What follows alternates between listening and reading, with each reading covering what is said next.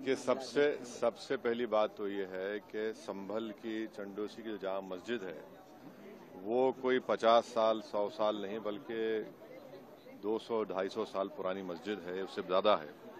वहाँ पर कोर्ट की तरफ से बगैर मस्जिद के जिम्मेदारों को, कमेटी को सुने उन्होंने एक एक्स पार्टी ऑर्डर पास कर दिया, वो गलत है। दूसरा ये है कि एक बार तो आपने गलत ऑर्डर दिया, सर्वे हो गया।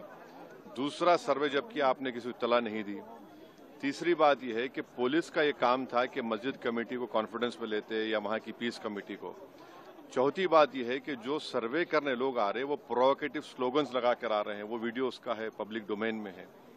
और उसके बाद जो वहाँ पर वायलेंस हुआ जिसमें 3 मुसलमानों को गोली लगी, उनकी मौत हुई, हम इसका कंडेम करते हैं। ये फायरिंग नहीं बल्कि मर्डर है। और जब से बाबरी मस्जिद राम मंदिर का जजमेंट आया, जिस बात को मैं पर्टिकुलरली कह रहा हूं कि उस जजमेंट के बाद ये सब चीजें खुलेंगी और एक के बाद एक खुल रही हैं। एएसआई प्रोटेक्टेड मॉन्यूमेंट सब बातें कर रहे हैं, क्या एएसआई के कानून में नहीं है कि आप उसका रिलीजियस नेचर चेंज नहीं, कैरेक्टर चेंज नहीं कर सकते? किस बुनियाद पे कर रहे हैं ये? और आप किस बुनियाद पर अपने फेथ को दूसरों पे थोपेंगे? भाई, कानून कोई चीज है ही नहीं है। जिस दिन कोर्ट में सुनवाई होती है उसी दिन ऑर्डर हो जाता है, उस दिन सर्वे भी हो जाता है। ये तो 1948 में ऐसे ही हुआ था बाबरी मस्जिद में। तो ये जो फायरिंग हुई है ये फायरिंग नहीं है, मर्डर है। और जो भी ऑफिसर्स इन्वॉल्व है उनको सस्पेंड करना चाहिए और एक सिटिंग हाई कोर्ट जज से उसकी इंक्वायरी होनी चाहिए। ये सरासर गलत है, जुल्म हो रहा है वहां पर। तो संभल में वहां के सांसद पे एफआईआर दर्ज कर दिया गया। आप जिस पे चाहे कर लीजिए भाई, जिस पे भी चाहे कर लीजिए। जज आप, जूरी आप, सब आप, तो बचेगा क्या फिर? अब सर, जेपीसी में आप लोगों ने समय मांगा है, क्या कहेंगे? जी, जैसा अभी आपने हमारे डेलीगेशन तरफ से बोला गया है, मैं उसको रिपीट करना नहीं चाहता। मगर स्पीकर साहब ने बड़ी इत्मीनान से हमारी पूरी जितने मेंबर्स 11 नॉन बीजेपी एमपीज गए थे उनकी बात को सुना। वो बोले कि इसके ऊपर कंसिडर करेंगे और हमको उम्मीद है कि ऑनरेबल स्पीकर साहब इसका टेन्योर बढ़ाएंगे। क्योंकि आप देखिए, बंगाल नहीं गई कमेटी, बिहार हम लोग नहीं गए, उत्तर प्रदेश में शिया वक्फ की प्रॉपर्टीज को हमने नहीं देखा। तो ऐसे कई, दिल्ली के मंत्री को बुलाना है, ऐसे कई स्टेट्स है जहां पर कमेटी को जाना चाहिए। वो स्टेक होल्डर्स हैं, उनकी बात को सुनना बहुत जरूरी है।